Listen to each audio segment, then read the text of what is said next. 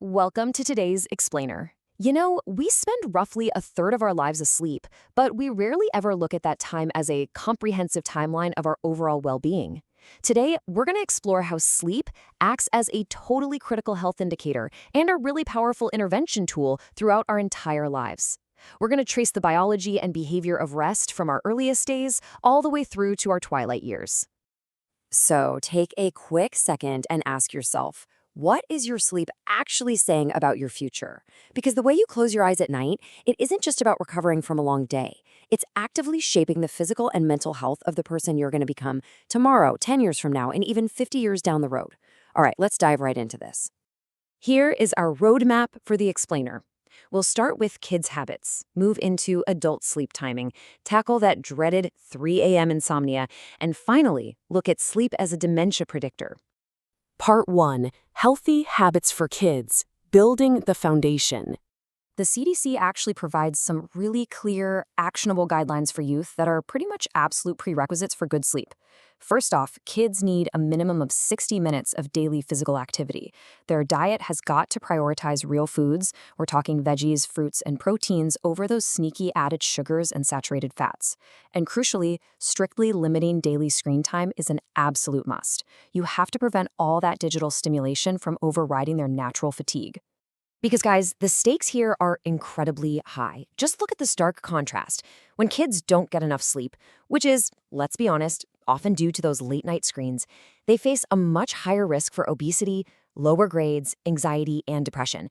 But flip that around, and healthy sleep directly fuels their physical growth, gives their immune system a huge boost, and leads to peak academic performance. It's night and day. Moving right along to Part 2, Sleep Timing and Depression, the Adult Shift. Okay, this number is absolutely staggering. Researchers analyzed data from hundreds of thousands of people and found that individuals who were genetically predisposed to waking up just 1 hour earlier, they actually had a 23% lower risk of major depression. Literally, just 1 hour. This gives us this incredible crystal clear insight into exactly how our biological clocks interact with our mood and psychological resilience. And this science tells us we might actually be able to intervene here. The key is to shift your chronotype, basically your natural sleeping time preference, by waking up 1 hour earlier than your usual routine. But wait, here's the catch. This has to be done without sacrificing your total sleep duration. It's about shifting the whole block of sleep earlier, not just cutting it short. So the crucial point is, if you simply shift your alarm clock and your bedtime 1 hour earlier, could you actively protect your own mental health? The data strongly suggests it's a very real possibility. All right, Part 3, Beating 3 a.m. Insomnia, the Midlife Crisis. So many of us hit a total wall in midlife, right? Waking up at 3 a.m. with racing thoughts? It's officially called sleep maintenance insomnia. Dr. Karen Carlson over at Massachusetts General Hospital explains it perfectly. She says, what sometimes happens is that women are going to bed early trying to sleep, and they're not really meant to sleep more than 6 or 7 hours. You see, as we age, our normal sleep cycle actually becomes shorter, and we naturally spend a lot less time in deep sleep. So we're often literally creating our own insomnia by going to bed at 9 or 10 p.m., expecting a solid 8 hours, when our biological requirement at this stage of life might only be 6. So how do we fix this? Well, Harvard Health recommends a highly actionable cognitive behavioral technique known as sleep restriction. It's a game changer. Step 1, track a daily sleep diary to figure out how much you're actually sleeping. Step 2, delay your bedtime so the time you spend in bed perfectly matches the time you're actually asleep. Like, if you only sleep 6 hours and you know you need to be up at 6 a.m., do not get into bed until midnight. Finally, Step 3, consistently achieve high sleep efficiency before you even think about expanding your time in bed. This is exactly how you actively retrain your midlife sleep patterns.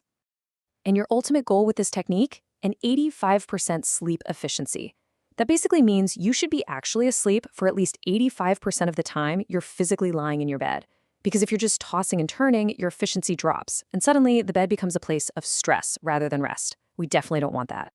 To hit that 85% target, you are going to need a strict sleep hygiene action plan. So here are the rapid-fire non-negotiables. Cut off all caffeine after 2 p.m., period, because it literally blocks sleep-promoting chemicals in your brain. Limit alcohol before bed since it actively interferes with deep sleep. Try to avoid daytime naps if you're struggling at night. Keep your bedroom cool, dark, and quiet, like a total sanctuary. And hey, if you do happen to wake up in the middle of the night, practice diaphragmatic breathing. Breathing slow and deep right from the belly to relax your muscles and calm that racing mind. Which brings us to part 4, sleep as a dementia predictor, the aging brain. Enter a pretty futuristic new metric, the sleep age index. Researchers are now actually deploying under-the-mattress sleep sensors in the real world to collect longitudinal sleep data from the general population. They take all this data, feed it into machine learning models, and use it to estimate a person's sleep age. The whole goal here is to identify deviations from normative healthy aging, which flags high-risk dementia groups without requiring any of those overnight hospital stays.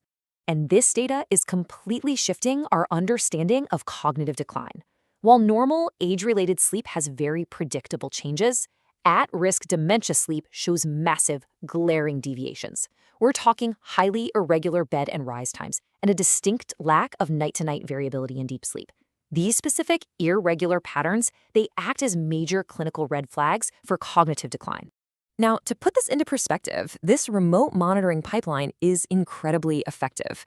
The predictive model achieved sensitivity of 75.7% and a specificity of 74.7% when differentiating dementia groups from control groups. On top of that, it could actually predict chronological age from just the sleep data, with a margin of error of just over 5.5 years. Honestly, this proves that this non-invasive, under-the-mattress technology is highly capable of early risk identification, all happening right in the comfort of a person's own home. So what does this entire journey show us? Well, it tells us that while we obviously cannot stop chronological aging, we do maintain powerful agency over our long-term health through our sleep hygiene.